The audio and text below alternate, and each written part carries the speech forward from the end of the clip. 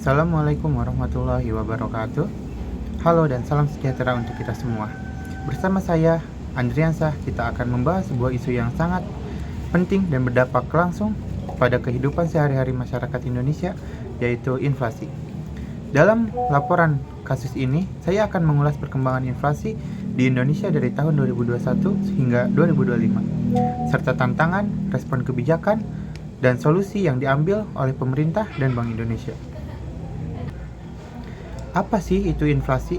Inflasi adalah kenaikan harga barang dan jasa secara umum dan terus-menerus dalam satu periode tertentu.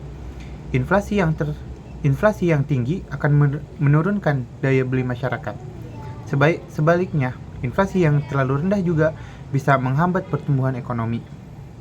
Oleh karena itu, inflasi harus dijaga dalam batas wajar untuk menjamin stabilitas ekonomi. Di Indonesia, Bank Indonesia menargetkan inflasi ideal berada di angka sekitar 2,5% plus minus 1%. Inflasi pada 2021 hingga 2022, dampak pandemi dan konflik global. Setelah pandemi COVID-19 mereda, Indonesia dan banyak negara lain menghadapi tantangan baru, inflasi global. Pada tahun 2021, inflasi Indonesia masih terkendali di kisaran 1,87%.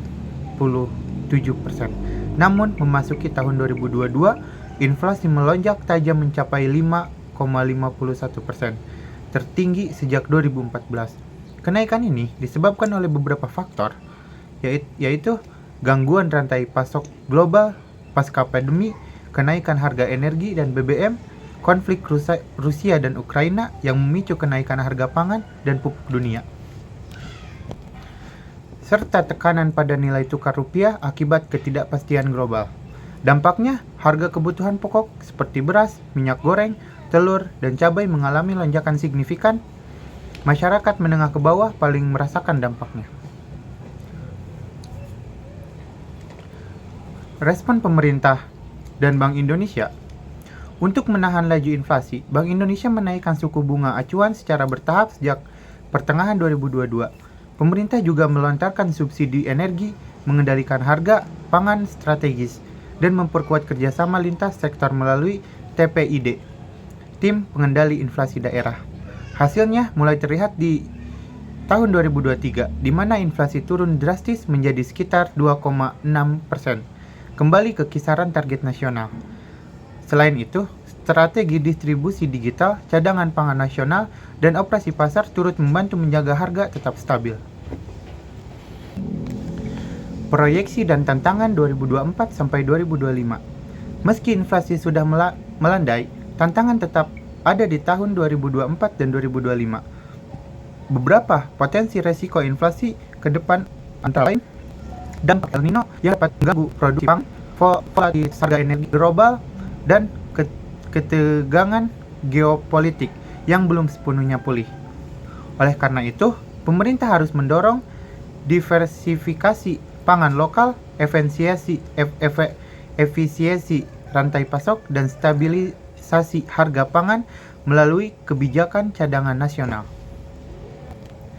Dampak inflasi terhadap masyarakat. Inflasi yang tinggi menyebabkan harga barang naik, tetapi pendapatan masyarakat tidak ikut naik secepat itu. Akibatnya, daya beli turun, konsumsi menurun, dan akhirnya pertumbuhan ekonomi bisa melambat.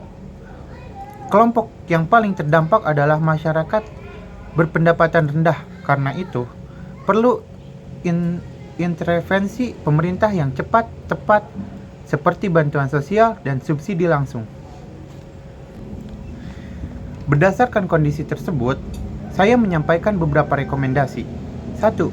Percepat ketahanan pangan lokal untuk mengurangi ketergantungan impor, digitalisasi distribusi barang pokok agar efisien dan tepat sasaran, edukasi literasi ekonomi masyarakat agar lebih bijak dalam pengelolaan keuangan di tengah gelonjak harga.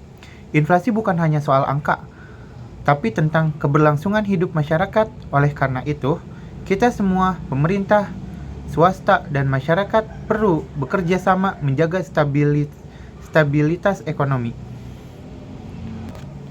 Semoga informasi ini bermanfaat dan menambah pemahaman kita semua mengenai kondisi ekonomi nasional. Wassalamualaikum warahmatullahi wabarakatuh. Sampai jumpa.